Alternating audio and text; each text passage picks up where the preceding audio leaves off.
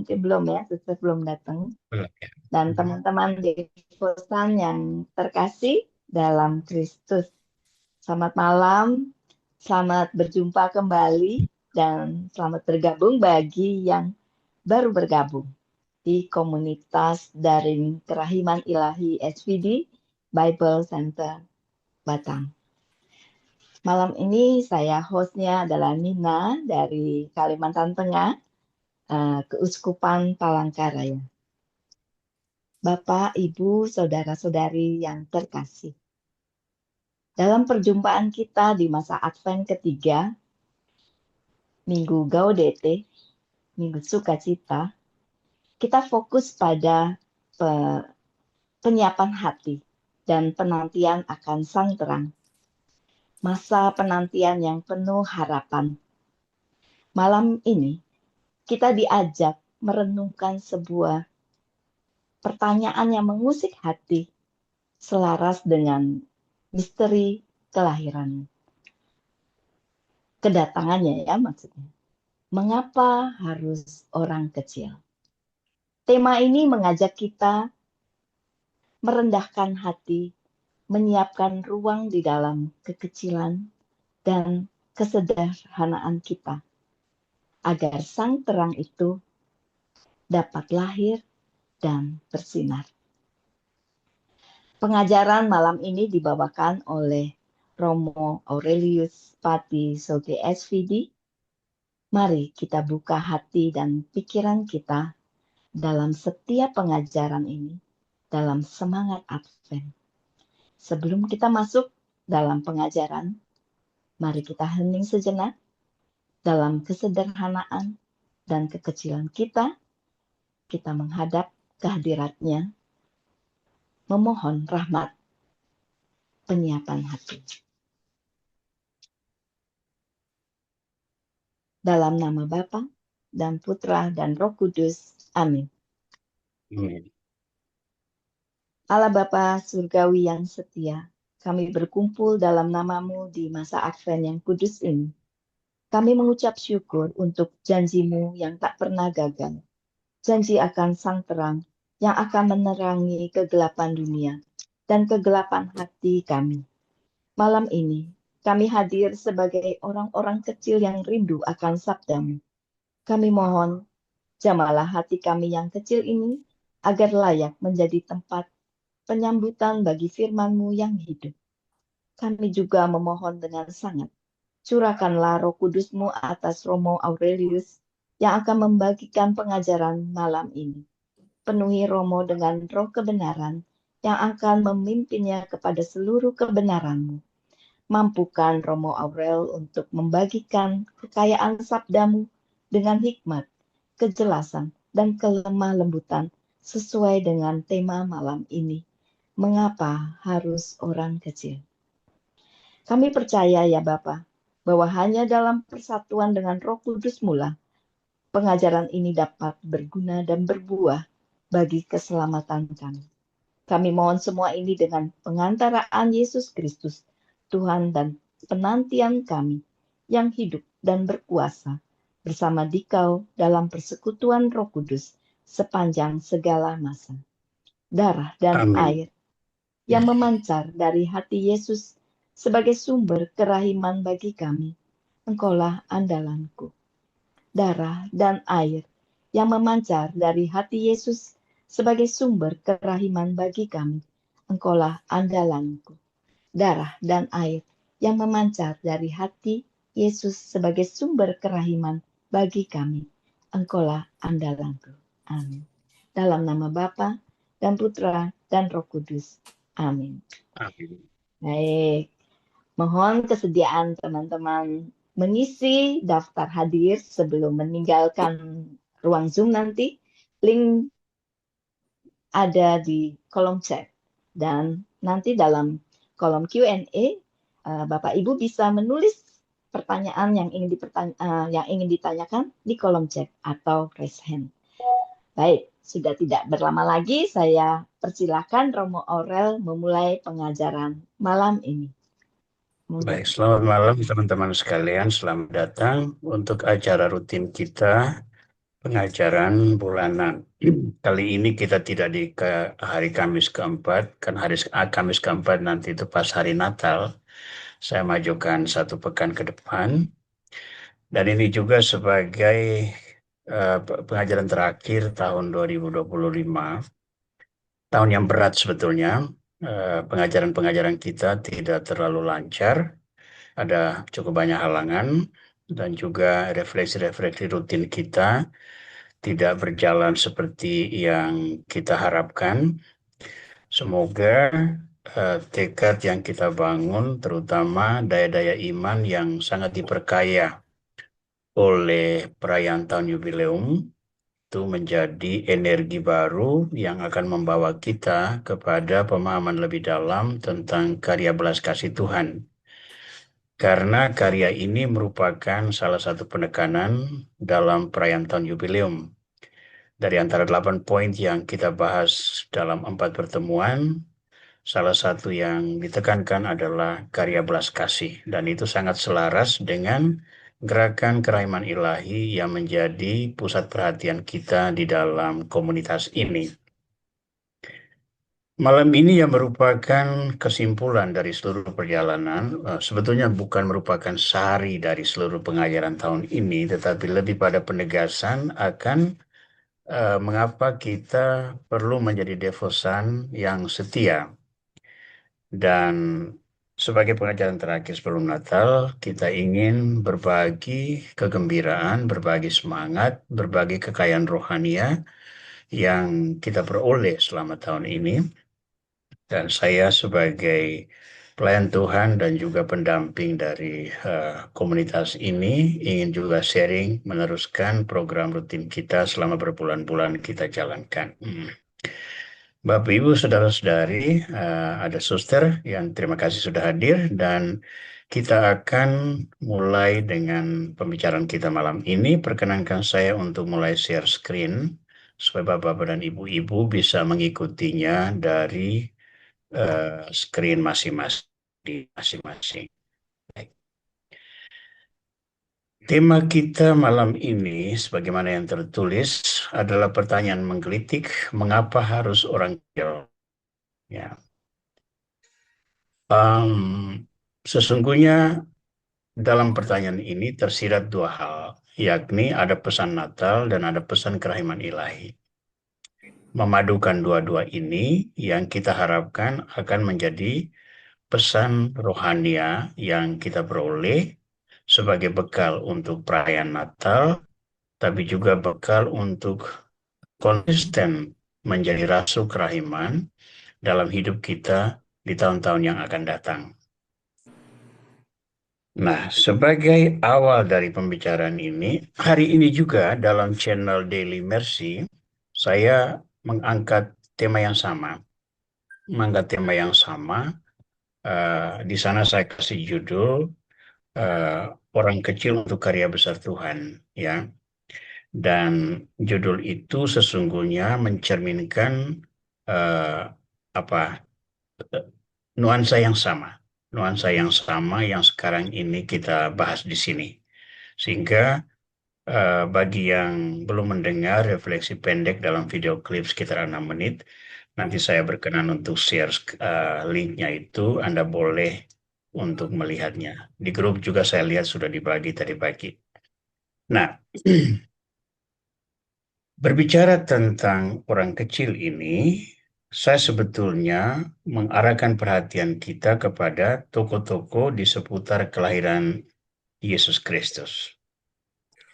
Dalam liturgi Gereja Katolik, ya, mulai tanggal 17 Desember sampai tanggal 24 Desember itu ada bacaan tersendiri dalam misa harian, ya. Dan bacaan-bacaan Injil di dalam hari-hari ini itu menampilkan tokoh-tokoh yang berperanan untuk membawa Yesus sebagai manusia ke dalam kehidupan komunitas manusiawi. Sampai dengan sebelum kelahiran, ya, Yesus adalah firman yang menjadi manusia, hidup dalam rahim Bunda Perawan, tetapi belum dalam komunitas manusia. Nah, kelahirannya itu membuat ia menjadi bagian dari komunitas manusia. Dan ada sejumlah tokoh yang berperanan sangat besar di dalam menciptakan komunitas kecil tempat Yesus sebagai manusia mengalami bagaimana berinteraksi, bagaimana dididik, dibesarkan, dipelihara, dirawat, dan semua kebutuhan-kebutuhan manusiawi lainnya dipenuhi oleh orang-orang ini. Kemarin tanggal 17 itu kita mendengar bacaan tentang silsilah Yesus Kristus. Menurut Injil Matius bab 1 ayat 1 sampai 18. Itu mulai dari Abraham sampai Yesus Kristus. Nah, mulai hari ini kita mendengarkan dalam bacaan Injil itu tokoh-tokoh penting, mulai dari Yusuf, nanti akan ada Maria, kemudian ada Zakaria, ada Elizabeth, ada Yohanes Pembaptis.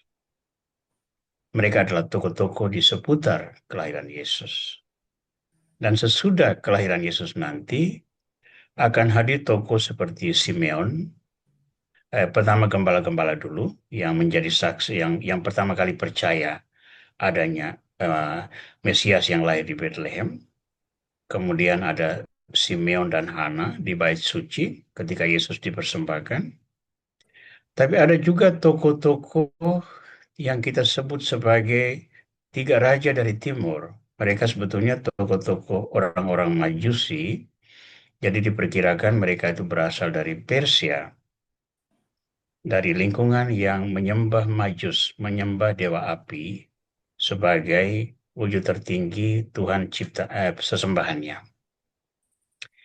Nah, orang-orang ini dalam skala tertentu menampilkan sebuah karakter yang sangat unik, yang tapi juga sangat kondusif bagi bertumbuhnya Yesus sebagai manusia. Walaupun kita tahu bahwa Yesus adalah firman ilahi, dia memiliki hakikat Tuhan, sebagai manusia ia harus bertumbuh dalam lingkup yang kondusif, yang memadai, yang memberikan nilai-nilai iman dan moral yang memadai, sehingga ia mengalami apa artinya hidup dalam komunitas yang berbobot.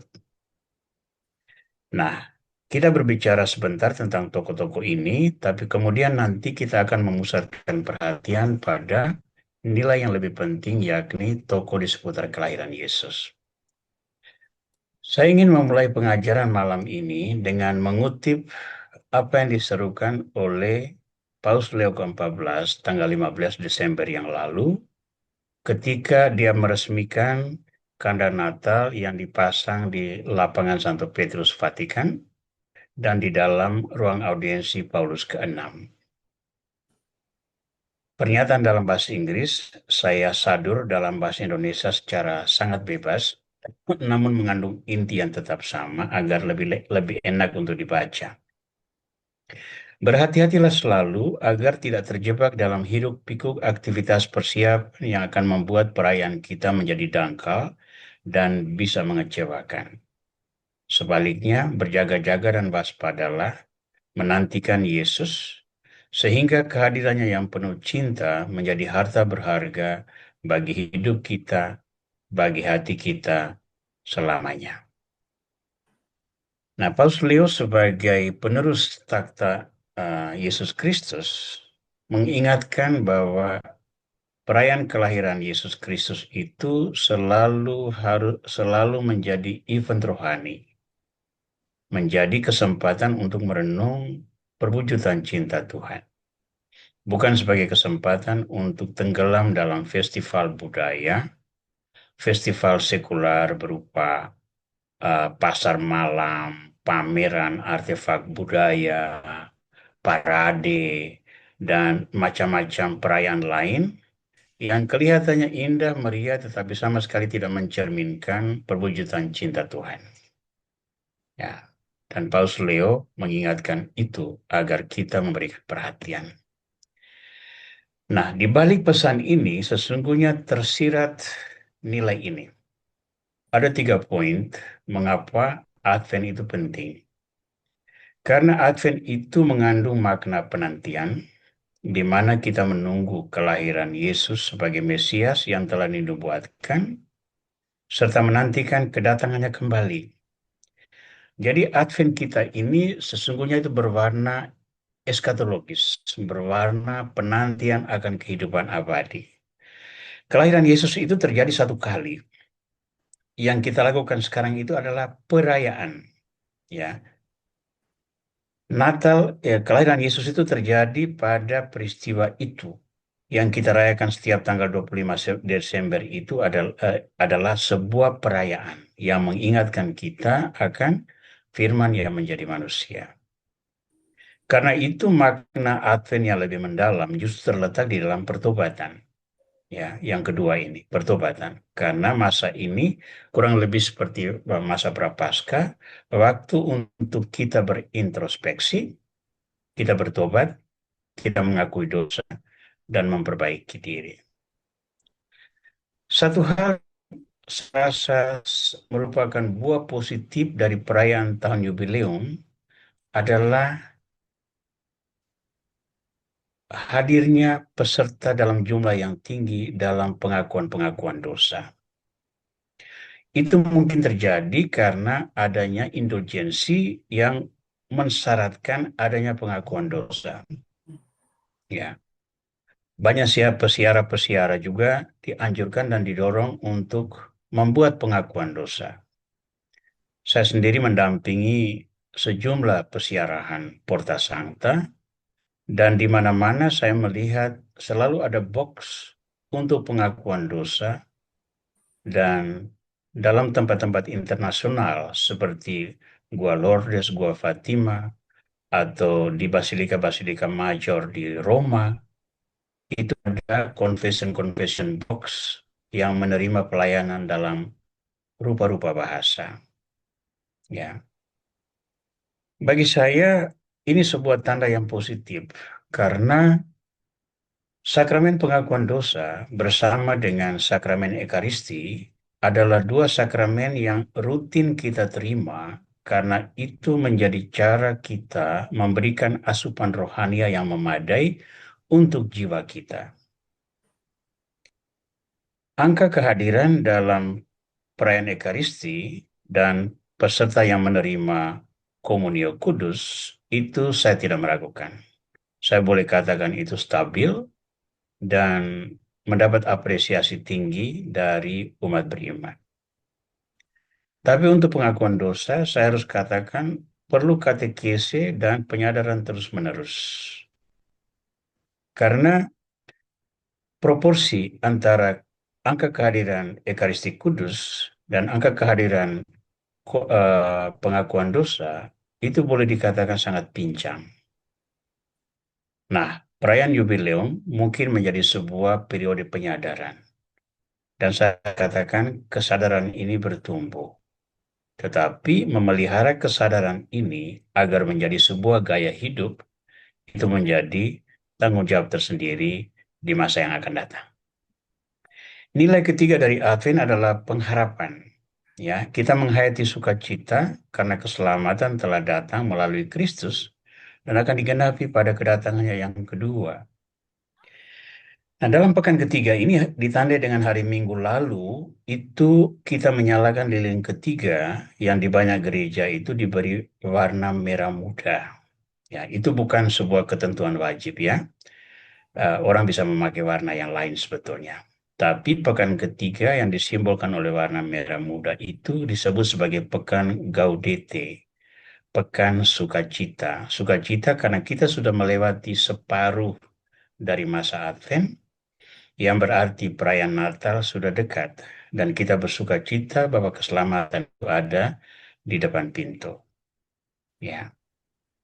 Nah, ketika merayakan Minggu Gaudete dengan penekanan pada kabar sukacita, kita sesungguhnya membuat pengakuan iman bahwa keselamatan itu sudah ada dan diwujudkan oleh Kristus Yesus, dan itu kita jalani sambil menanti kedatangannya yang kedua kali pada zaman parusia atau zaman terakhir, di mana jiwa kita memperoleh kesempatan untuk diadili dengan penuh cinta.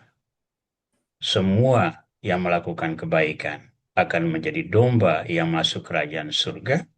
Semua yang melakukan kejahatan akan menjadi kambing yang dibuang ke dalam api kekal. Nah, 3 poin ini tercakup di dalam perayaan Advent. Ya. Nah, di dalam perayaan Advent ini, mulai tanggal 17 tadi, kita mulai melihat tampilnya tokoh-tokoh besar yang berperanan di seputar kelahiran Yesus Kristus tadi. Bacaan kemarin berbicara tentang leluhur Yesus Kristus, dimulai dari Abraham sampai dengan Yakub, ayah dari Yusuf. Ini bukan Yakub anak Ishak ya, tapi Yakub yang terakhir ini adalah Yakub, bapak dari Yusuf, suami Maria. Nah, ternyata di dalam deretan nama para leluhur itu ada 4 nama perempuan, yakni ada Tamar, ada Rahab, ada Ruth, dan ada Bathsheba, istri Uria. 4 perempuan ini sebetulnya tampil dengan citra yang kurang positif. Saya agak menghargai Ruth, tapi 3 yang lain ya citranya kurang beres lah. Tamar itu adalah menantu dari Yehuda yang karena kematian suaminya dan tidak memperoleh keturunan dari anaknya, lalu menyamar menjadi pelacur untuk bisa dipakai oleh Yehuda yang kemudian membuat perempuan itu mengandung. Lalu perempuan itu melahirkan Peres dan Hesron. Jadi Peres dan Hesron itu boleh dikatakan sebagai anak hasil penjeratan. Istilah penjeratan saya tidak tahu cukup tepat atau tidak, tapi kurang lebih seperti itu. Rahab adalah pelacur Yeriko yang menyembunyikan mata-mata Israel yang masuk untuk melihat kelemahan kota Yeriko. Ya. Ruth adalah perempuan Moab yang menolak untuk kembali ke tanah asalnya, memilih untuk mengikuti Naomi pulang ke Bethlehem. Ruth ini perempuan Moab, dan bangsa Moab adalah bangsa yang tidak mengenal Yahweh.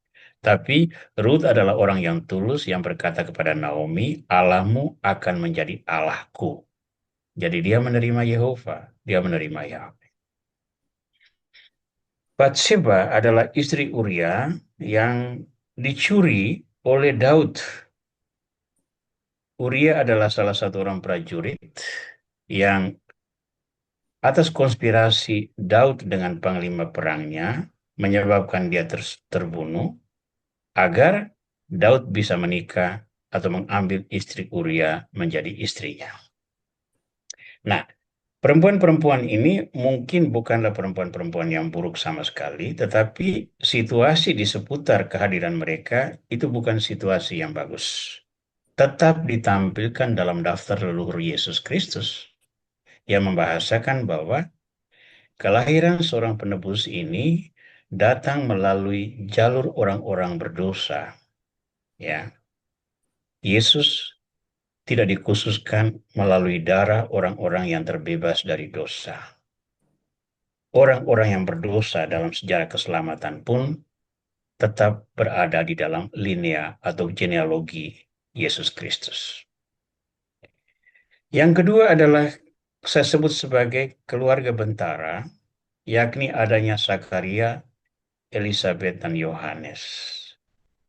Menurut Injil Lukas, ya, Zakaria dan Elizabeth ini disebut sebagai orang yang benar di hadapan Tuhan. Ya. Nah, mereka menerima tanggung jawab untuk menjadi orang tua Yohanes, Elia baru, yang akan beranan untuk menjadi pendahulu Yesus Kristus. Lalu ada Yusuf dan Maria, 2 pribadi yang sangat unik. Mereka orang yang paling istimewa dari tokoh-tokoh garis depan ini. Saya boleh katakan, kedua pribadi ini, Yosef dan Maria, adalah pengerucutan dari seluruh proses genealogi yang ada, pemurnian darah dan dosa, sehingga pada akhirnya pada diri mereka hanya ada pribadi yang sepenuhnya besar, yang sepenuhnya benar. Lalu kemudian ada saksi-saksi pertama, yakni gembala-gembala, ada Simeon, ada Hana, orang-orang Majus. Nah, kalau kita perhatikan, semua ini adalah orang-orang yang terpinggirkan. orang-orang yang miskin. Dan mereka semua berpusat pada pribadi Yesus Kristus. Ya, semua mereka menjadi berarti, dikenal, dihargai, dan dijadikan model di dalam penghayatan iman karena mereka mengarah pada satu pribadi, yakni Yesus Kristus. Dengan kata lain, kita pun hanya akan menjadi berarti kalau kita mengarahkan semuanya itu kepada Yesus Kristus. Nah, sejenak kita melihat, kalau dari semua ini kita melihat bahwa tokoh-tokoh terutama yang disebut Yesus Kristus, itu kita sebut mereka sebagai kaum Anawim. Orang-orang yang memiliki keistimewaan rohania yang berperanan sangat besar di dalam menghadirkan Yesus di dalam sejarah manusia. Walaupun seluruhnya adalah penyelenggaraan Tuhan, mereka ini adalah pelaksana. Ibaratnya Tuhan itu penyusun konstitusi, mereka itu adalah pegawai-pegawai lapangan yang mewujudkan konstitusi itu menjadi jalan hidup yang benar. Ya. Nah, mereka kita sebut sebagai kaum Anawim. Nanti akan ada alasan mengapa kita mengangkat istilah kaum Anawim di dalam pembicaraan kita yang terakhir dalam gerakan kerahiman ilahi. Nah, pertanyaan kita adalah, mengapa Tuhan menetapkan orang-orang kecil sebagai pelaksana rencana keselamatan? Ya, ini adalah pelebaran dari pertanyaan tadi. Mengapa harus orang kecil? Ya, pertanyaan lengkapnya adalah, mengapa Tuhan menetapkan orang-orang kecil sebagai pelaksana rencana keselamatan? Nah, yang pertama sekali kita lihat tokoh-tokoh ini. Apakah mereka semua ini orang-orang kecil? Ya, ada Abraham, Ishak, Yakub, Yehuda, dan saudara-saudaranya. Ada Musa, ada Daud, ada nabi-nabi. Lalu ada Zakaria, Elizabeth, Yohanes Pembaptis, Yosef dan Maria, para gembala, Simeon, Hana, orang Majus. Apakah mereka adalah orang-orang kecil? Karena bapak-bapak bangsa seperti Abraham, Ishak, dan Yakub itu adalah orang-orang yang kaya raya. Musa, seorang pemimpin sejati yang dibesarkan dalam istana Firaun. Daud adalah seorang raja yang berkuasa. Di tangan dia, Israel memperoleh zaman keemasan. Di bawah Daud ada Salomo, yang kebijaksanaannya dikagumi oleh banyak orang, sehingga dikunjungi oleh Ratu Sheba. Ya. Lalu ada orang Majus. Orang Majus ini orang-orang yang intelektual, yang memiliki ilmu perbintangan, yang oleh petunjuk bintang itu datang mencari Yesus Kristus. Mengapa mereka disebut sebagai orang kecil dan orang terpinggirkan? Dan mereka menjadi saksi tentang kedatangan Yesus ke dalam dunia. Mengapa demikian? Yang kita sebut sebagai orang terpinggirkan itu tidak berkaitan dengan kaya atau miskinnya seseorang, berkuasa atau tidak berkuasanya seseorang. Yang kita maksudkan adalah disposisi batin dari orang tersebut yang sepenuhnya bergerak sesuai dengan kehendak Allah, sehingga dia walaupun berkuasa, kaya raya, tetapi dia tidak lebih dari instrumen di tangan Tuhan yang memungkinkan karya keselamatan itu terwujud dengan cara yang unik dan bisa diterima oleh banyak bangsa. Nah, sekarang kita lihat bagaimana tokoh-tokoh ini. Abraham, Ishak, dan Yakub, Yehuda, dan saudara-saudaranya, mereka memang kaya raya, tetapi mereka itu selalu menjadi orang asing di tempat mereka berada. Mereka bahkan menjadi pengungsi di mana-mana. Abraham mengungsi ke Mesir, Ishak mengungsi ke Filistin, Yakub mengungsi ke keluarga Laban, Yehuda dan saudara-saudaranya dibawa ke Mesir sesudah Yusuf menyatakan dirinya. Musa, dia terbuang di Sungai Nil, walaupun dibesarkan di istana Firaun Mesir, tapi kemudian terusir dari Mesir, harus menjadi pengembara sebelum datang kembali untuk memimpin orang-orang Israel keluar dari Mesir, mengembara selama 40 tahun di padang gurun, dan akhirnya malah tidak masuk sama sekali ke tanah terjanji. Daud pada waktu dipilih untuk menjadi raja ketika apa ini Samuel datang ke keluarga Isai untuk mengurapi salah satu anaknya menjadi raja, Daud itu tidak ada di antara anak-anak Isai yang ada pada waktu itu. Dia masih menggembalakan domba di padang. Dia anak bungsu. Tapi Samuel mengatakan kita tidak akan makan sampai Daud datang. Dan ketika Daud datang, dialah yang diurapi menjadi raja. Anak bungsu, penggembala domba, sekarang dia menjadi raja. Ya, nabi-nabi kebanyakan dipilih dari lingkungan sederhana. Lalu kita menemukan Zakaria, Elizabeth, Yohanes Pembaptis, Yosef dan Maria. Semuanya adalah orang-orang miskin dan tidak terpandang. Para gembala, masyarakat kelas rendah, Simeon dan Hana tidak punya peran. Orang Majusi adalah orang asing. Yang di hadapan orang-orang Yahudi adalah orang-orang yang tercemar, yang tidak layak untuk diajak bergaul. Tapi kedatangan mereka ke Yerusalem menyatakan kepada Herodes bahwa mereka datang untuk mencari Raja Israel yang baru dilahirkan. Memang buah dari pertemuan itu adalah kematian anak-anak di Bethlehem dibunuh oleh pasukan tentara-tentara Herodes. Tetapi karena mereka menuruti petunjuk intelektual yang mereka miliki, mereka sesungguhnya yang membawa kabar kepada penduduk Yerusalem, terutama keluarga Herodes, bahwa Mesias itu sudah ada. Ya. Nah, orang-orang ini kecil atau besar perannya memiliki nilai tertentu. Namun seluruh peranan orang itu plus minusnya itu dapat disarikan di dalam toko-toko yang langsung berkaitan dengan kelahiran Yesus. Zakaria, Elizabeth, Yohanes Pembaptis, Yosef, dan Maria. Mereka adalah kaum Anavim termurni yang berada di front paling depan, yang menjadi pelaksana terbesar dari seluruh rencana keselamatan Tuhan. Nah, sekarang mari kita lihat apa karakter kaum Anavim, sehingga kita perlu mengangkatnya ini. Ada 4 yang saya garis bawahi sebagai karakter dari kaum Anavim. Pertama, memelihara keselarasan antara perkataan dan perbuatan, hukum dan pemenuhan. Ya. Tokoh-tokoh seperti Daud itu tidak selamanya selaras antara perkataan dan perbuatan. Ingat bagaimana cara dia merebut istri Uria untuk menjadi istrinya.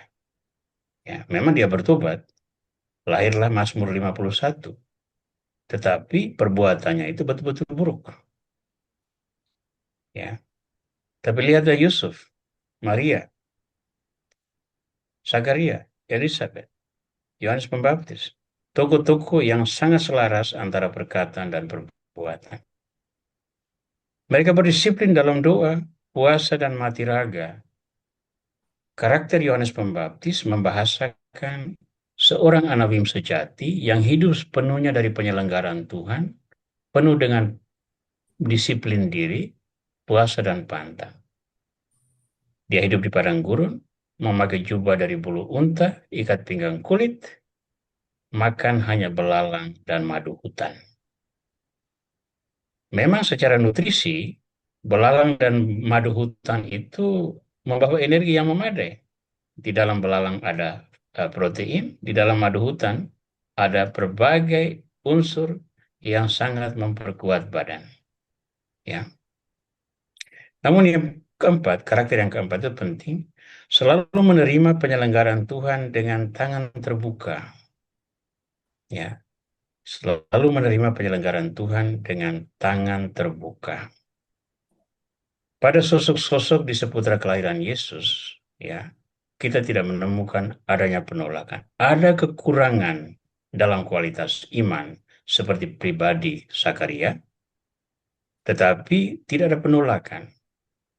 Apalagi sesudah Yohanes Pembaptis dilahirkan, Kidung Zakaria yang kita selalu bawakan dalam setiap ibadat pagi, itu membahasakan kekayaan rohani seorang hamba Allah yang dicelikan matanya, dibuka matanya, disembuhkan dari kebutaan rohani untuk melihat betapa besar kemuliaan Tuhan.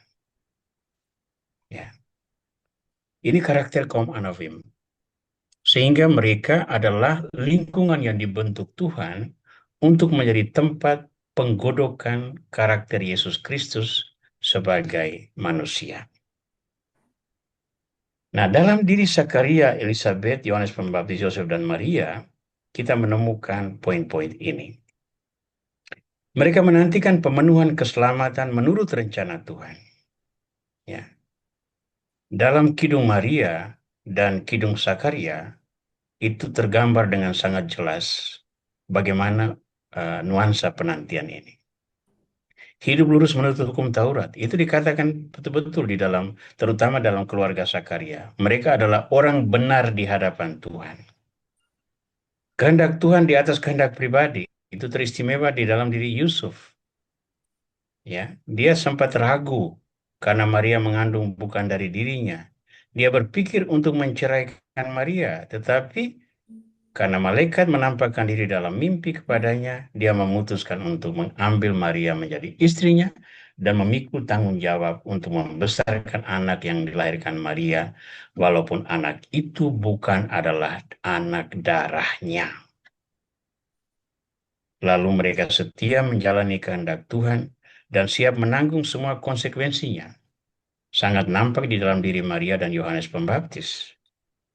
Maria menyertai Yesus mulai dari rahimnya hingga kematian Yesus di puncak Golgota. Saya percaya dia juga ada dalam penguburan Yesus. Belum selesai tanggung jawab itu, dia menyaksikan kedatangan Roh Kudus pada hari Pentakosta, sehingga dia juga menjadi bunda bagi seluruh gereja. Yohanes Pembaptis mewartakan kedatangan Yesus hingga mengorbankan nyawanya dalam penjara Herodes. Nah, ini karakter-karakter dalam tokoh-tokoh ini yang sangat selaras dengan karakter kaum Anavim seperti yang digambarkan tadi. Ya, sangat selaras dengan ini. Maka, bertolak dari ini, kita ingin melihat mengapa tokoh-tokoh kecil ini menjadi pelaksana besar rencana keselamatan Tuhan. Baik, sebagai ilustrasi, kita lihat sejenak bacaan dari Injil Matius bab 1 ayat 18 sampai 24. Ini saya ambil dari terjemahan lama, bukan terjemahan baru tahun 2023. Ini dari terjemahan lama tahun 1974. Tapi pesan yang disampaikan itu tidak ada bedanya sama sekali. Kelahiran Yesus Kristus adalah sebagai berikut. Pada waktu Maria ibunya bertunangan dengan Yusuf, ternyata ia mengandung dari Roh Kudus sebelum mereka hidup sebagai suami istri. Karena Yusuf suaminya seorang yang tulus hati dan tidak mau mencemarkan nama istrinya di muka umum, ia bermaksud menceraikannya dengan diam-diam.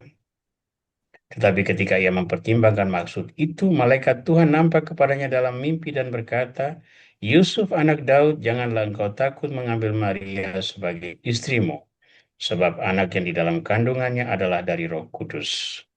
Ia akan melahirkan anak laki-laki dan engkau akan menamakan dia Yesus, karena dialah yang akan menyelamatkan umatnya dari dosa mereka. Hal itu terjadi supaya genaplah yang difirmankan Tuhan oleh Nabi. Sesungguhnya, anak darah itu akan mengandung dan melahirkan seorang anak laki-laki, dan mereka akan menamakan dia Immanuel, yang berarti Allah menyertai kita. Sesudah bangun dari tidurnya, Yusuf berbuat seperti yang diperintahkan malaikat Tuhan itu kepadanya. Ia mengambil Maria sebagai istrinya. Menurut saya, ini tafsiran saya pribadi, apakah bisa dipertanggungjawabkan secara ilmiah eksegetis, itu biar ahli-ahli kitab suci yang akan menjelaskan. Yang sangat penting di dalam pewahyuan ini adalah kutipan malaikat tentang apa yang difirmankan Tuhan melalui nabi. Sesungguhnya anak darah itu akan mengandung dan melahirkan seorang anak laki-laki, dan mereka akan menamakan dia Immanuel. Ini tertera dalam kitab nabi-nabi. Ini pewahyuan di hadapan Raja Ahaz. Ya. Maka, sebagai orang Yahudi, Yusuf turut mendalami firman Tuhan, maka besar kemungkinan, atau saya katakan pasti, dia membaca kitab ramalan nabi-nabi ini. Dan sebagai orang yang lurus hati di hadapan Tuhan, dia mengimani ramalan nabi tersebut. Nah, pengetahuan ini boleh kita katakan sebagai endapan spiritual yang sudah ada di bawah alam bawah sadar Yusuf. Maka ketika legitimasi datang dari Tuhan melalui pewahyuan ini, dia tidak memiliki keraguan lagi. Yusuf anak Daud, janganlah engkau takut mengambil Maria sebagai istrimu, sebab anak yang di dalam kandungannya adalah dari Roh Kudus. Sampai pada titik ini, itu barangkali Yusuf masih memiliki keraguan. Tapi selanjutnya, dialah yang akan apa? Ia akan melahirkan anak laki-laki dan engkau akan menamakan dia Yesus, karena dialah yang akan menyelamatkan umatnya dari dosa. Hal itu terjadi supaya genaplah yang difirmankan Tuhan oleh Nabi. Bagi saya inilah revelasi kepada Yusuf, pengungkapan kepada Yusuf bahwa engkau adalah tokoh yang dipilih untuk menjadi penggenap apa yang difirmankan Tuhan melalui Nabi. Nah, dengan demikian, sebagai orang beriman, kalau peranan dia dipilih untuk menggenapi firman Tuhan yang sudah diimaninya, dan itu disampaikan bukan oleh tokoh biasa tetapi malaikat, maka tidak ada alasan bagi Yusuf untuk ragu-ragu. Maka dia mengambil Maria menjadi istrinya. Nah, beberapa karakter penting pada Yusuf ada di sini. Satu, Yusuf orang yang tulus hati. Dia tidak mau mencemarkan nama Maria. Dengan itu dia juga menyelamatkan Maria dari hukuman rajam. Karena kalau seandainya dia cemarkan nama Maria, Maria akan menjadi tertuduh pelaku persinahan. Dan sebagai seorang pesinah, hukumannya adalah dirajam dengan batu sampai mati. Ya, dengan menceraikan diam-diam, Yusuf mengapa bisa menyelamatkan Maria? Karena dengan itu dia mengatakan bahwa memang Maria mengandung, tapi saya menceraikan dia. Dengan kata lain, saya bertanggung jawab atas kehamilan anak itu. Ya, maka Maria bebas dari hukuman. Anak yang dikandungnya adalah anak yang sah, bukan anak haram. Jadi bisa lihat bagaimana Yusuf pada karakter sebelum pertemuan dengan malaikat dalam mimpi memang sudah terlihat ketulusannya. Dia mau mengatasi egonya sendiri sebagai laki-laki dengan memperhatikan keselamatan tunangannya yang jelas-jelas mengandung bukan dari dirinya. Bagi pria dewasa, Maria adalah tokoh yang tidak setia. Bagi orang yang tulus seperti Yusuf, keselamatan Maria lebih penting daripada mempertanyakan apakah dia seorang yang setia atau tidak setia. Nah, di sini kan kita bisa ingat apa yang dilakukan oleh Yesus tuh pada waktu perempuan berdosa itu tertangkap. Mereka membawa dia untuk merajam. Yesus berkata, barang siapa yang tidak berdosa, dialah yang pertama melemparkan batu kepada perempuan itu. Tidak ada yang berani kan? Karena semua berdosa. Maka Yesus berkata, aku juga tidak menghukum engkau, pergilah dan jangan berdosa lagi. Hanya orang yang tulus, jujur, dan murni yang mau bertindak demikian demi keselamatan orang berdosa, sementara mereka sendiri mungkin akan dituduh sebagai penghina hukum Tuhan. Oke, poin kedua, Yusuf orang beriman. Dia percaya pada intervensi Tuhan melalui malaikat dalam mimpi yang menyatakan bahwa Maria mengandung dari Roh Kudus. Bagi orang modern, mimpi itu bukan tidur. Mimpi itu adalah imajinasi dari visualisasi dari pengalaman-pengalaman masa lalu dalam imajinasi. Ya. Tapi bagi Yusuf, yang ada itu adalah legitimasi atas iman yang telah dia miliki, yakni seorang darah akan mengandung dan melahirkan seorang anak, sebagaimana diungkapkan oleh Nabi. Yusuf taat pada Tuhan. Sesudah bangun dari mimpi, ia mengambil Maria menjadi istrinya. Titik. Tidak ada kompromi lagi. Lalu Yusuf setia pada tanggung jawab. Ya, dia pergi ke Bethlehem bersama Maria yang mengandung. Lalu dia mengungsi ke Mesir. menetap di Nazaret. Lalu kisah terakhir Yusuf adalah mencari Yesus yang hilang di bait Yerusalem. Ya, tidak ada rekor lanjut di dalam Injil. Tapi di sini tercatat bagaimana Yusuf menjalankan kewajibannya sebagai bapa bagi Yesus dalam cara yang konsekuen, yang baik, yang dapat dipertanggungjawabkan. Nah, dari Yusuf ini kita menemukan sosok Yesus yang saya sebut sebagai teladan sempurna. Karena Yesus adalah pribadi yang independen, yang tidak tergiur oleh nilai-nilai duniawi. Ya, dalam kisah Injil Matius bab 4 ayat 3-10 tentang godaan Yesus di padang gurun oleh iblis, ya, kita menemukan sosok Yesus yang independen. Godaan pertama, ubahlah batu menjadi roti. Yesus berkata, manusia tidak hanya hidup dari roti, tapi dari setiap firman yang keluar dari mulut Allah. Godaan kedua, disuruh terjun dari menara bait Allah. Iblis bahkan mengutip kitab suci, yakni Mazmur, tentang engkau, Allah akan mengutus malaikat-malaikatnya menatangkan tangannya sehingga kakimu tidak terantuk pada batu. Bayangkan, untuk menggoda manusia, iblis mengutip kitab suci. Ya, maka Yesus pun berkata, janganlah mencobai Tuhan Allahmu.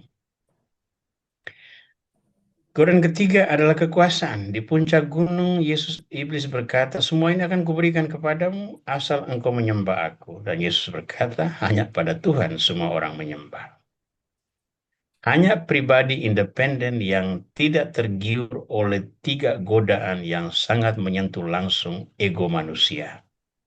Kebutuhan ragawi, ya, kebutuhan untuk dikenal, dan kebutuhan untuk berkuasa. Semuanya ada di situ. Nah, kemerdekaan diri Yesus ini membuat dia memiliki kekuatan moral untuk mengoreksi orang-orang munafik. Andai kata Yesus itu tidak orang berdosa, nasihatnya, kritikannya terhadap orang-orang munafik tidak memiliki daya, tidak memiliki kekuatan. Ya, walaupun kaum Farisi dan ahli Taurat sangat tersinggung dan berusaha membunuh dia, ia tetap mengungkapkan kebenaran dengan cara yang luar biasa buruk. Celakalah kamu, hai ahli Taurat, orang Farisi, hai ular beludak. Itu hanya bisa diucapkan oleh orang-orang yang memiliki integritas diri yang baik. Karena kalau Yesus sama berdosanya dengan mereka, begitu dia katakan, hai kamu ular beludak, semua orang katakan, kamu juga tidak lebih baik dari ular beludak. Yang ketiga, kemurnian dirinya membuat ia menjadi sandaran pendosa yang mencari pegangan baru dalam hidup. Ya, perempuan berdosa diselamatkan. Matius pemungut cukai dipanggil. Sakeus pemungut cukai dipanggil. Lalu dia makan bersama banyak pemungut cukai dan orang berdosa. Hal yang membuat iri hati banyak orang. Ada perempuan berdosa datang mencium kakinya di rumah Simon. Yesus tidak segan melayani semua itu. Lalu Yesus menerima dan menjalankan kehendak Bapa dan taat pada perannya itu sampai akhir. Kita ingat doa di Taman Getsemani, ya Bapa kalau boleh piala ini berlalu daripada, tapi bukanlah kehendakku, melainkan kehendak. Nah, ini Yesus teladan sempurna karakter Anavim ini. Nah, Anda bisa mendalami lebih lanjut karakter Maria, karakter Elizabeth, karakter Zakaria, karakter Yohanes Pembaptis, tapi tidak jauh berbeda dari paten yang ada ini. Nah, sekarang kita masuk pada bagian kedua yang penting untuk kita sebagai para devosan kerahiman ilahi, yakni Santa Faustina dalam bingkai spiritualitas. Pertama-tama, tidak pernah di dalam seluruh rangkaian refleksi uh,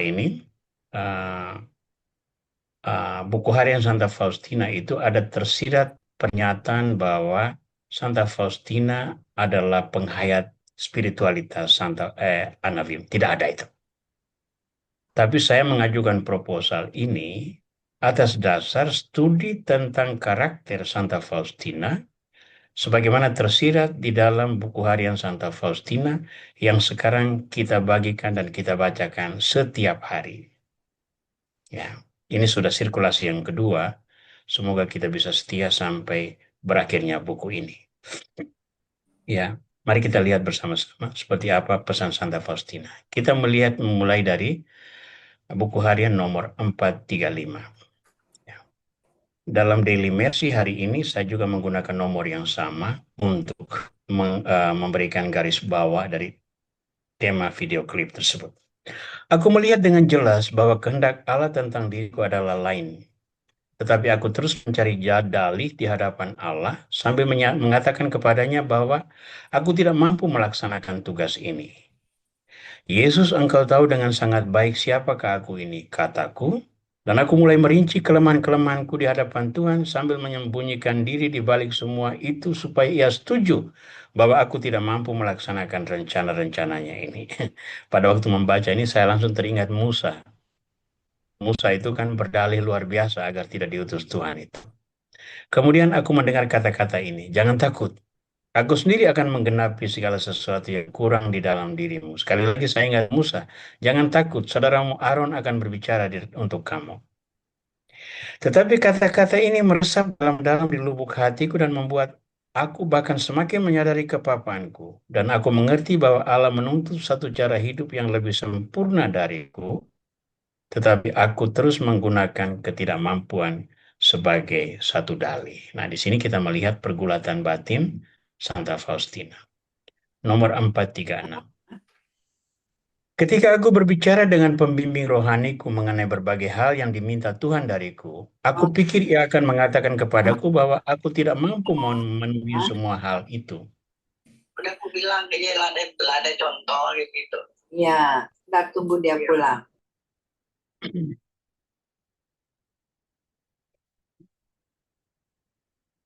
Aku pikir bahwa ia akan mengatakan bahwa kepadaku bahwa aku tidak mampu memenuhi semua hal itu dan bahwa Tuhan Yesus tidak akan menggunakan jiwa-jiwa yang papa seperti aku untuk karya-karya yang ingin ia laksanakan. Tetapi aku mendengar kata-kata ini, bahwa hanya jiwa-jiwa seperti itulah yang paling sering dipilih Allah untuk melaksanakan rencana-rencananya. Imam ini pasti dibimbing oleh Roh Allah. Ia telah menyelami rahasia-rahasia jiwaku, rahasia-rahasia terdalam yang ada di antara aku dan Allah yang belum pernah aku katakan kepadanya, sebab aku sendiri belum memahaminya, dan Tuhan belum memerintahkan aku dengan jelas untuk mengatakannya kepadanya. Rahasia itu adalah Allah menuntut agar ada satu kongregasi yang akan memaklumkan kerahiman Allah kepada dunia. Ketika imam bertanya kepadaku apakah aku tidak mempunyai ilham-ilham seperti ini, aku menjawab bahwa aku belum memiliki perintah-perintah yang jelas. Tetapi pada saat itu juga satu terang menembus jiwaku dan aku tahu bahwa Tuhan sedang berbicara lewat dia. Dalam pergulatan untuk mencari dalih agar tanggung jawab tidak jatuh ke atasnya, Santa Faustina bertemu dengan imam pembimbing rohani dan justru dari imam itu ia menemukan bahwa Tuhan sedang berbicara kepadanya. 437. Sia-sia aku membela diri dengan mengatakan bahwa aku belum menerima perintah yang jelas. Karena pada akhir percakapan kami, aku melihat Tuhan Yesus berdiri di ambang pintu seperti tampak dalam gambar kerahiman ilahi. Dan ia berkata kepadaku, aku ingin ada satu kongregasi seperti itu. Ini hanya berlangsung sesaat, tetapi aku tidak mengatakan kepadanya mengenai hal itu pada saat itu juga, karena aku terburu-buru harus pulang dan aku terus mengulang kata-kataku kepada Tuhan. Aku tidak mampu melaksanakan rencana-rencanamu, ya Tuhan. Tetapi cukup aneh, Yesus tidak memperhatikan seruanku ini. Ia justru membuatku melihat dan memahami betapa karya ini sangat menyenangkan hatinya. Ia tidak peduli akan kelemahanku, tetapi membuat aku memahami betapa banyak kesulitan yang harus aku atasi. Dan aku, ciptaannya yang papa ini, tidak dapat berkata apa-apa kecuali aku tidak mampu untuk itu, ya Allahku. Nah, 3 nomor ini nanti mohon Anda sendiri membuka buku harian Santa Faustina dan membaca serta merenungkan yang membahasakan pergulatan batin Santa Faustina. Ya, saya membayangkannya itu seperti pergulatan batin Yosef. Ia menemukan Maria mengandung bukan dari dirinya. Ya. Nah, intervensi Tuhan dalam diri Santa Faustina dilakukan melalui imam pembimbing rohaninya. Kita ingat malaikat intervensi dalam mimpi Yosef untuk mengatakan kebenaran. Lalu, apakah jika demikian kita dapat mengatakan bahwa Santa Faustina adalah seorang tokoh Anavim? Secara spiritual, kita tidak bisa menjawab itu. Tetapi ada paralelisme tidak lengkap antara tokoh-tokoh Anavim dengan karakter rohania yang diperjuangkan oleh Santa Faustina. Santa Faustina percaya pada rencana khusus Tuhan bagi dirinya. Itu dia percaya betul. Tapi ia mencari jalan dan berdalih agar bebas dari tanggung jawab tersebut. Ya. Tapi Tuhan berjanji untuk meneguhkan dan menolong Santa Faustina. Santa Faustina masih berusaha mencari jalan agar lepas dari tanggung jawab itu melalui percakapan dengan pembimbing rohani. Pembimbing rohani menyatakan bahwa Tuhan justru memilih jiwa-jiwa yang demikian untuk menjadi pelaksana rencananya. Santa Faustina percaya Tuhan sedang berbicara melalui Bapa Rohani dan Tuhan menegaskan tugas khusus bagi Santa Faustina tersebut. Santa Faustina tidak lagi dimintai persetujuannya. Tuhan hanya mengatakan, ini kehendak saya, sekarang kamu melaksanakannya. Aduh Tuhan, saya tidak mampu. Saya akan hadir dan menolongmu. Dengan cara apa?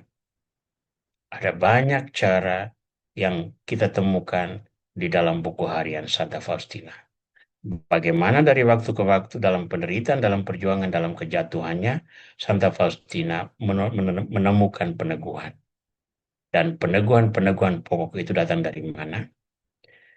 Dari Ekaristi Kudus, dari pengakuan dosa, dari konsultasi pembimbing rohani, dan dari pertemuan-pertemuan sederhana dengan orang-orang di sekitar dia, para superior, para suster, orang-orang miskin yang dilayani, dan sebagainya. Nah, kita sampai pada bagian terakhir dari refleksi malam ini, yakni Natal dan gerakan kerahiman ilahi dan pesan-pesannya bagi kita.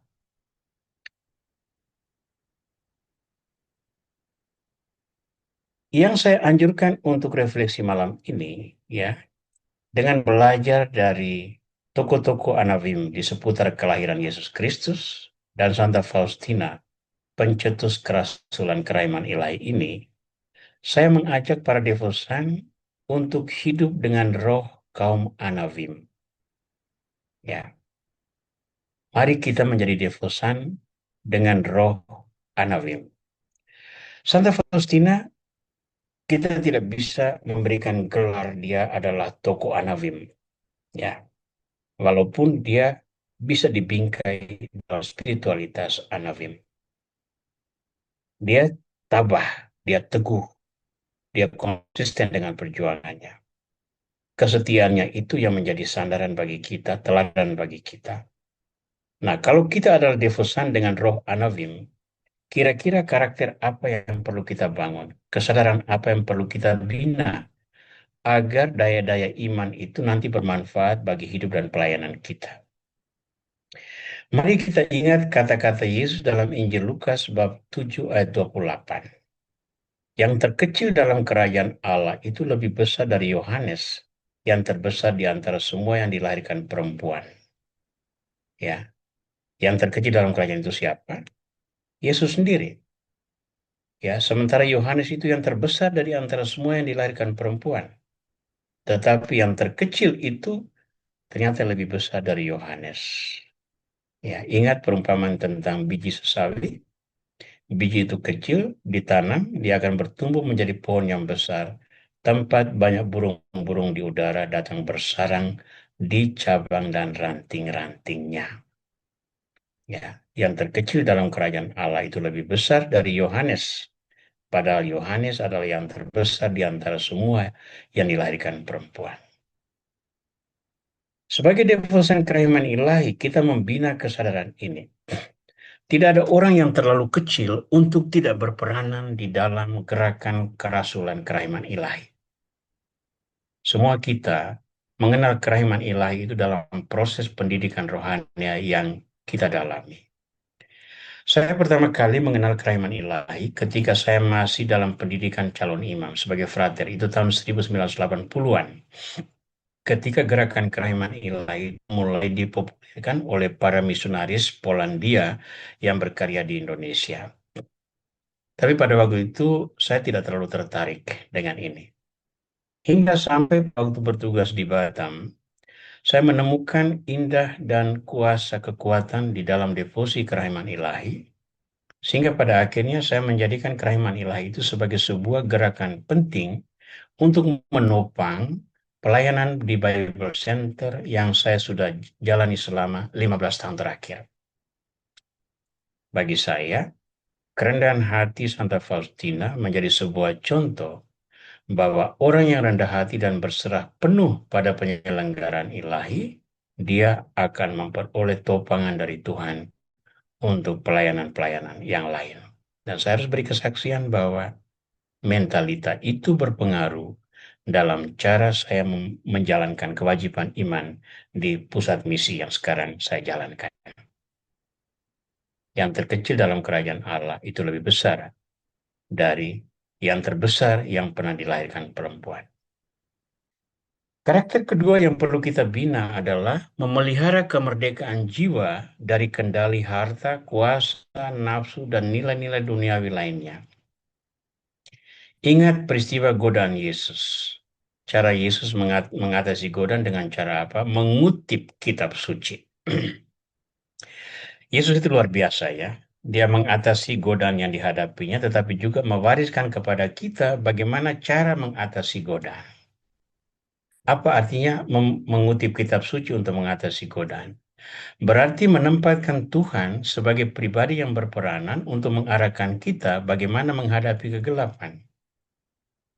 Salah satu cara untuk dekat dengan Tuhan adalah merenungkan firman-Nya.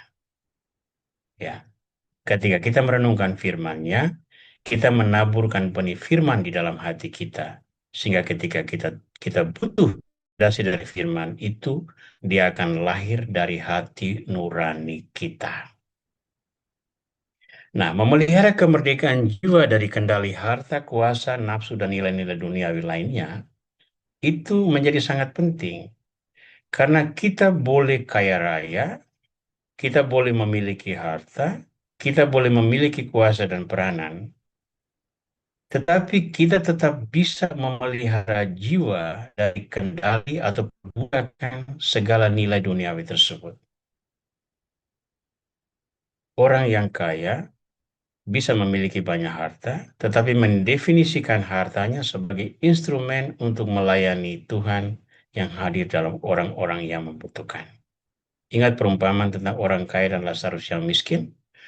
Orang kaya yang dihukum sesudah kematiannya itu bukan karena dia rakus atau kekayaannya itu diperoleh dari cara yang tidak benar.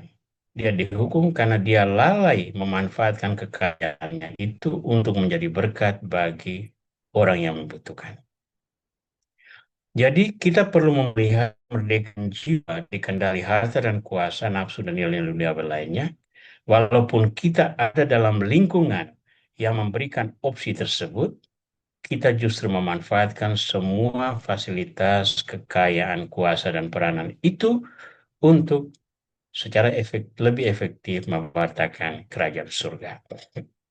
Prinsip ketiga yang perlu kita bangun sebagai devosan dengan roh Anawim adalah berpegang pada prinsip-prinsip iman yang diajarkan Kristus dan setia pada salib yang menyertainya. Ini tidak gampang, karena kebanyakan kita tidak suka memikul salib. Kita mau menikmati berkat-berkat dari salib, tetapi memikul salib yang menuntut korban diri, kebanyakan dari kita tidak cukup berani untuk menjalankannya. Yang keempat, hidup dengan mengandalkan Tuhan. Saya suka prinsip ini. Do our best, God will do the rest. Andalkan Tuhan. Ya, jangan hanya mencari Tuhan di saat kita sudah tidak mampu lagi mencari tempat lain. Maka Tuhan menjadi sandaran terakhir. Tidak, artinya masih baik bahwa kita masih kembali kepada Tuhan, tapi itu bukan jalan yang bijaksana. Selalu libatkan Tuhan dalam suka maupun duka. Dan yang terakhir, jaga keselarasan antara kata dan tindakan. antara firman dan penerapan moral sosial. Di saat itu kita memainkan peranan sebagai terang dunia, sebagai kota di atas bukit, sehingga orang yang melihat perbuatan baik yang kita lakukan lalu memuliakan Bapa di surga. Teman-teman sekalian, demikianlah refleksi yang saya lakukan pada malam ini untuk menggarisbawahi gerakan kita sebagai devosan kerahiman ilahi ketika kita hendak merayakan Natal dan Tahun Baru bersama saudara-saudara kita pada malam ini. Saya berharap agar setiap orang yang sudah turut serta di dalam gerakan ini terus menumbuhkan kesadaran baru dalam dirinya agar oleh partisipasinya, baik secara langsung maupun tidak langsung, baik secara aktif maupun kurang aktif, turut mempromosikan gerakan kerahiman ilahi sebagai sebuah karunia yang membawa berkat bagi semua. Di mana-mana kita menyadari bahwa spiritualitas gerakan kerahiman ilahi ini yang seringkali sangat kompatibel dengan spiritualitas kaum Anawim tadi, kalau itu dipadukan dengan baik, dia akan menjadi kekuatan yang luar biasa untuk menghantar banyak orang kepada Kristus, Sang Mesias. Terima kasih untuk semua perhatian. Saya kembalikan dulu kepada Bu Nina untuk bisa masuk dalam sesi Q&A, question and answer. Teman-teman sudah boleh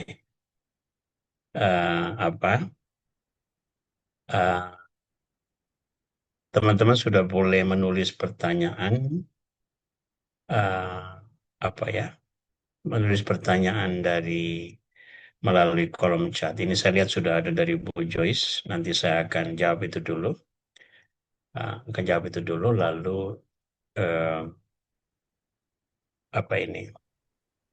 nanti kita akan lanjutkan dengan yang lain. Silakan Bu Nina. Mungkin mau memulai sesuatu. Mungkin maaf Romo, mungkin saya dibantu sama Bu Ellen. Bu Ellen, ada di sini Bu Ellen? Ya, silakan Bu Ellen ya. Ibu Ellen? Iya, selamat malam teman-teman semua. Dipersilakan teman-teman yang mau berbagi sharing pengalaman atau tentang mau bertanya. Baik, kebetulan ada Saya melihat pertanyaan yang di sini sudah ada ditulis pertanyaan oleh Bu Joyce ini ya. Bu Joyce, ya.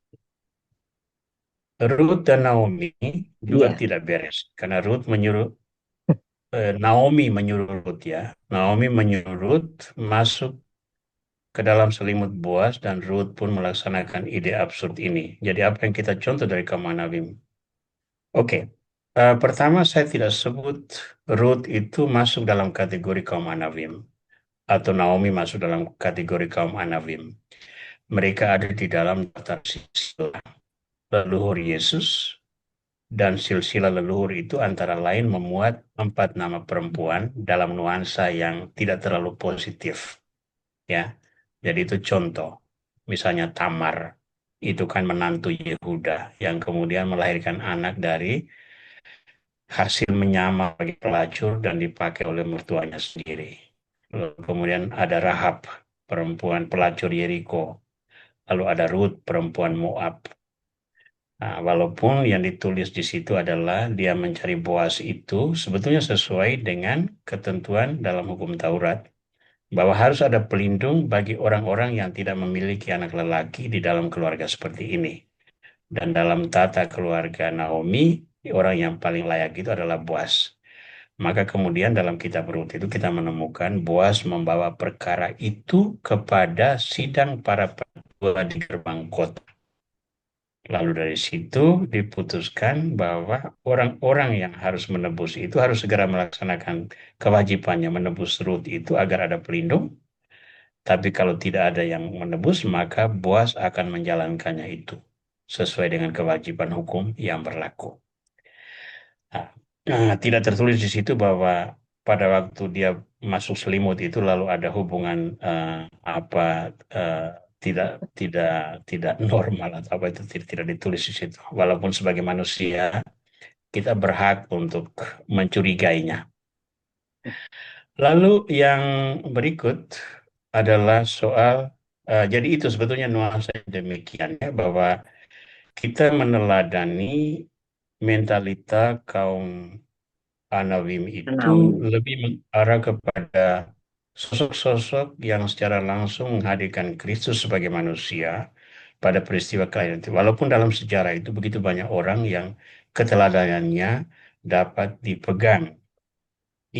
Iman Abraham misalnya itu menjadi contoh yang tidak terbantahkan bahwa hanya orang seperti Abraham dengan iman yang kokoh di tengah ketidaklogisan menurut hukum biologi, Abraham berharap dan percaya bahwa akan memenuhi kewajibannya. Bagaimana memiliki seorang anak pada usia 100 tahun atau apa itu, makanya Sarah tertawa itu masuk akal.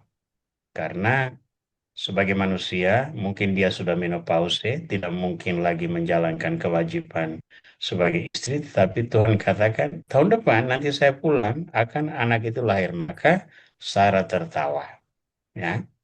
Nah, yang kita garis bawahi adalah karakter kuat yang membuat dia menjadi orang yang masuk di dalam genealogi Yesus Kristus. Ya, genealogi Yesus Kristus. Jadi, macam Daud misalnya, Daud itu kan seorang yang selalu menjadi referensi tokoh yang benar. Padahalnya kejahatan Daud itu tidak kurang-kurang. Kejahatan Daud itu tidak kurang-kurang. Kejahatan yang paling besar itu adalah mengambil alih istri Uria itu, Batseba itu, dengan konspirasi buruk bersama panglima perangnya. Lalu dikoreksi oleh Nabi Nathan. Lalu Daud menyesal. Dan penyesalan Daud itulah yang sekarang kita temukan di dalam Mazmur 51. Nanti tolong buka di situ. Lihat seperti apa isi Mazmur 51. Itu adalah doa penyesalan Daud yang diucapkan sesudah dikritik habis-habisan oleh Nabi Nathan yang mengetahui kejahatan Daud dalam merebut Batseba, istri Uria. Nah, sedangkan tokoh-tokoh lainnya seperti itulah perempuan-perempuan yang hadir di dalam silsilah Yesus Kristus dalam nuansa yang kurang positif. Tetapi sebagaimana saya garis bawahi tadi, itu adalah bagian normal dari kedatangan Yesus Kristus yang memang dimaksudkan untuk menjadi penyelamat bagi orang-orang berdosa, membebaskan umatnya dari dosa-dosa mereka. Itu yang dikatakan malaikat kepada Yusuf dalam mimpinya. Engkau akan menamai dia Yesus, karena dia akan membebaskan umatnya dari dosa-dosa mereka. Malaikat tidak mengatakan dia akan menjadi raja yang membebaskan mereka dari perbudakan kaum Romawi. Itu tidak disebutkan. Atau dia menjadi raja yang mampu menaklukkan bangsa-bangsa, lalu membentuk sebuah kekaisaran besar. Tidak. Yesus memang menaklukkan bangsa-bangsa. Karena iman Kristiani praktis berada di segala sudut dunia. Walaupun ada yang ditekan, ada yang tidak ditekan, tetapi iman Kristiani, apalagi saat-saat sekarang ini, ketika kita merayakan pesta Natal, bahkan di bundaran Hotel Indonesia pun ada Christmas Carol, walaupun itu adalah sebuah festival budaya, tetap itu mengalir dari akar Kristiani yang membahasakan pengakuan akan Yesus Kristus yang lahir dari Bunda Perawan. Nah, Bunda Maria adalah seorang tokoh Anawim. Apakah kita hanya sepenuhnya bersandar pada rendah hati, setia, dan mengandalkan Tuhan?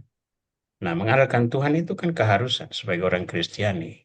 Tapi mengandalkan Tuhan itu bukan berarti bahwa kita duduk lipat kaki, lipat tangan, lalu tunggu beras jatuh dari surga atau apa. Itu bukan. Kewajiban kita itu adalah kewajiban orang yang diberi karunia 5 talenta atau 2 talenta. Melakukan yang terbaik, lalu Tuhan menambahkan yang kurang. Ya, melakukan yang terbaik, lalu Tuhan menambahkan yang kurang. Kalau tidak melakukan apa-apa, seperti orang yang memiliki 1 talenta, maka yang 1 itu pun diambil dari dia dan diberikan kepada orang yang memiliki 10 talenta. Ya, tidak fair, toh? Dia sudah punya banyak, diberi lagi. Iya, yang punya banyak akan diberi banyak karena dia sanggup mengelola yang banyak itu, sehingga yang banyak itu menjadi berkat bagi orang-orang lain. Nah, mengandalkan Tuhan berarti memanfaatkan segala karunia Tuhan yang diberikan kepada kita secara maksimal. Yang kita tidak mampu, biar Tuhan yang melengkapi. Mungkin masih ada yang masih mau menyampaikan sesuatu.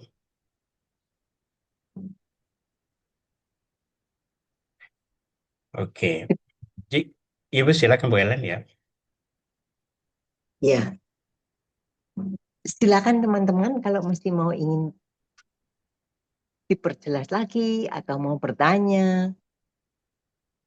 Terima kasih buat pengajaran Romo Oler yang malam ini sungguh menyadarkan kita kembali.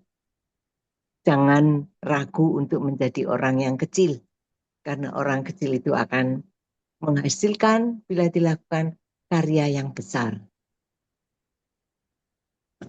Ya, prinsip menjadi orang kecil itu sesungguhnya yang harus digarisbawahi adalah kemerdekaan batin terhadap nilai-nilai duniawi. Ya, jadi orang bisa menjadi sangat kaya, sangat berkuasa, tetapi apa yang dia miliki itu tidak mengendalikan dia. Ya, dia tetap menjaga jarak antara dirinya sendiri dengan semua opsi yang ditawarkan pada dia. Nah, untuk orang seperti ini, spirit orang kecil itu ada. Ya, spirit orang kecil itu ada.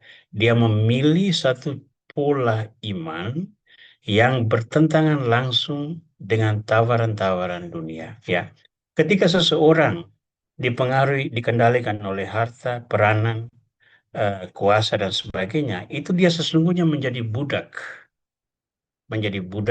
dari nilai-nilai ini.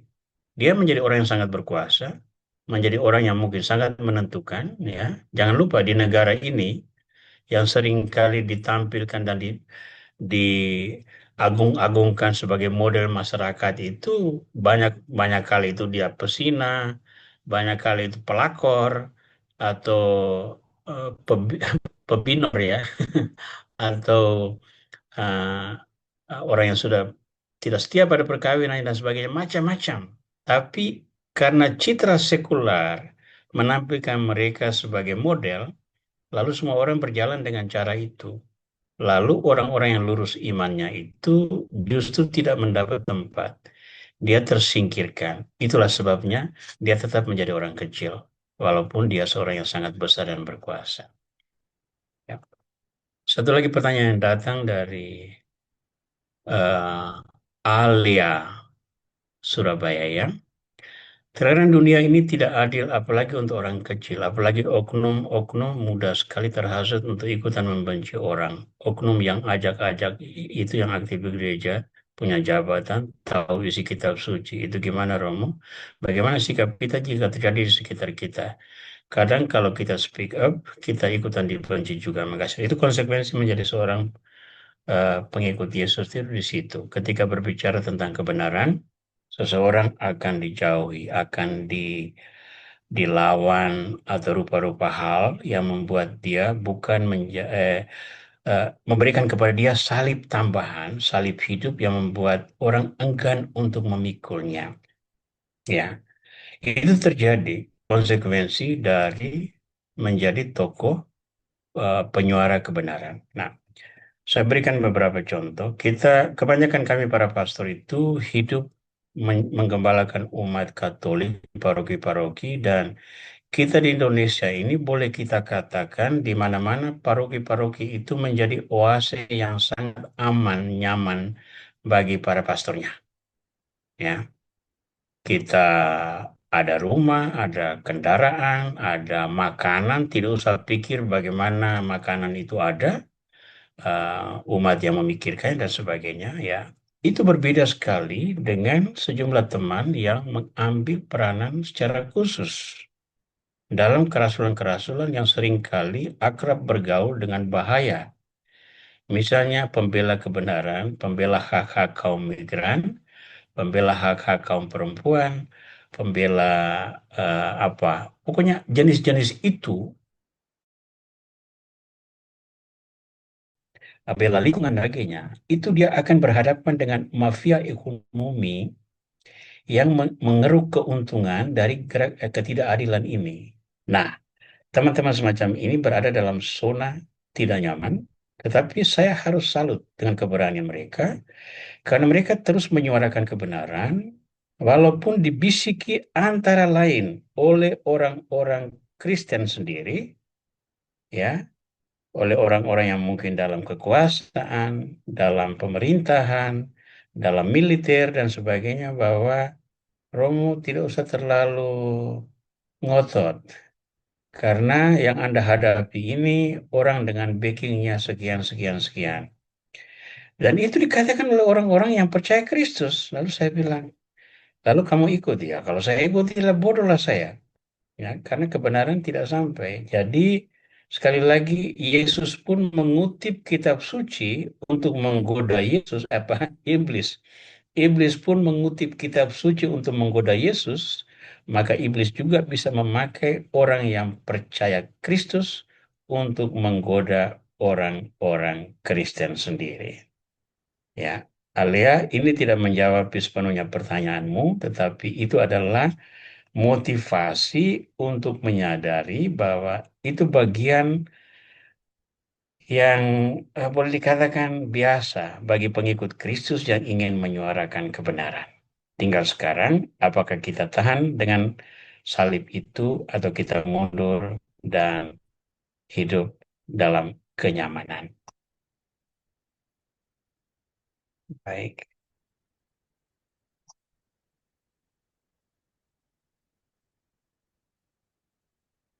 Ya. Masih ada Romo, Ibu Joyce tadi, Romo yang Iya, ngotot Bu dalam Joyce hidup, masih yang lanjut. akhirnya terjerembab dalam kekuasaan. Ya, itulah ketidakmampuan mengendalikan moral.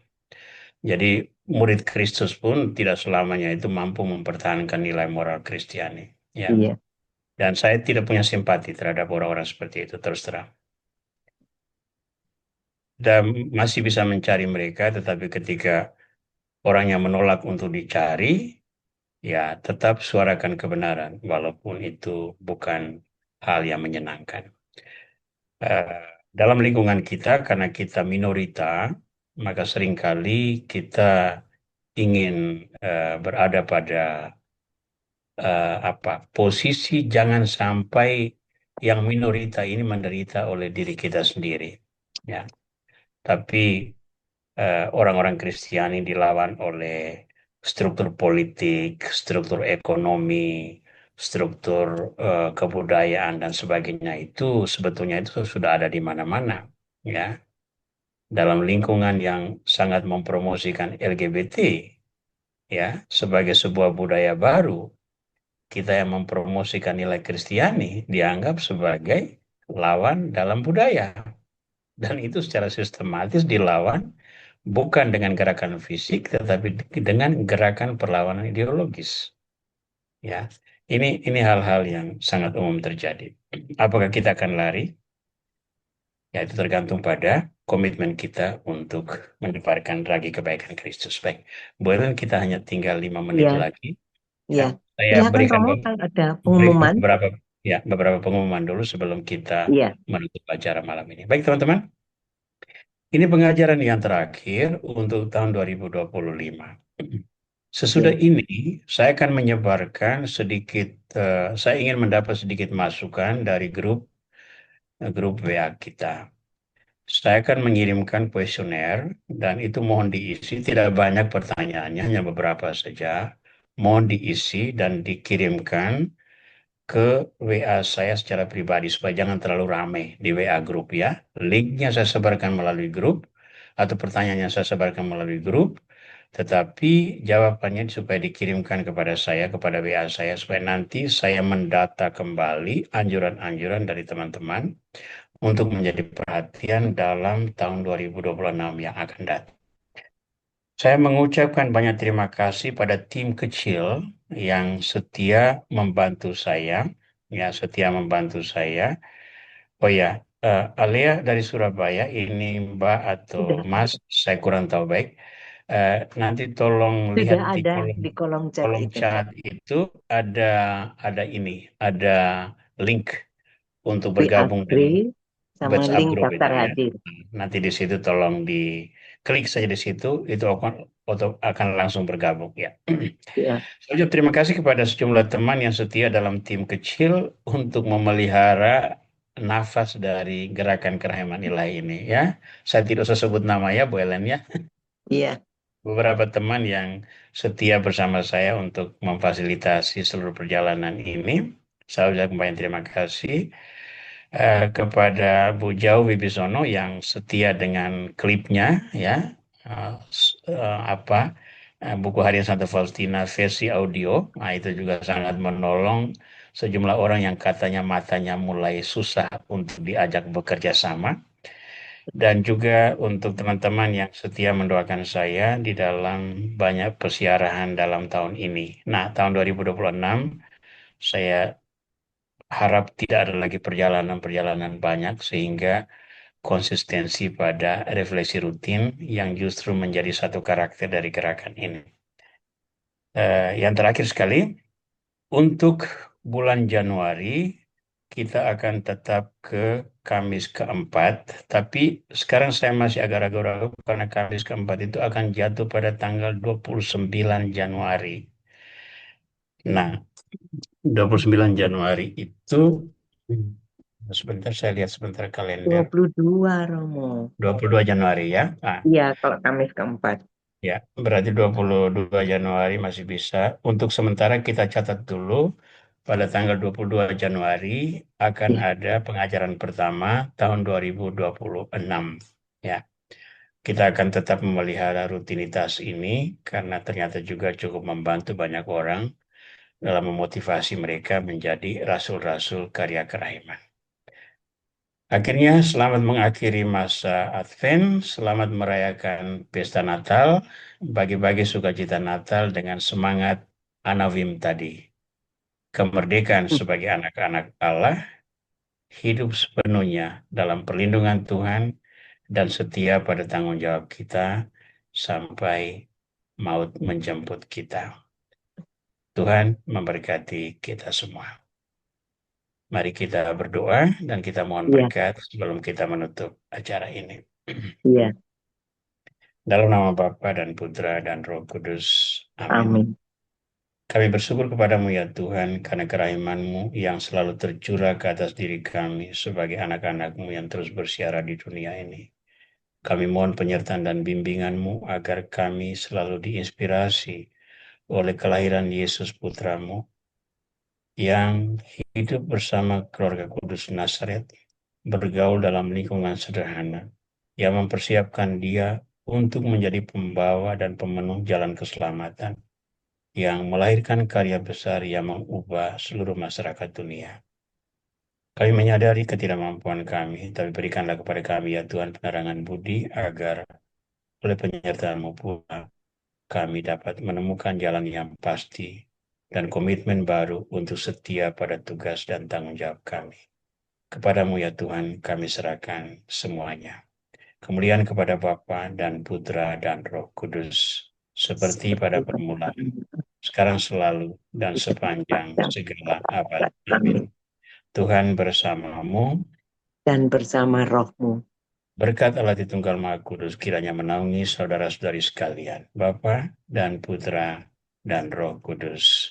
Amin. Amin.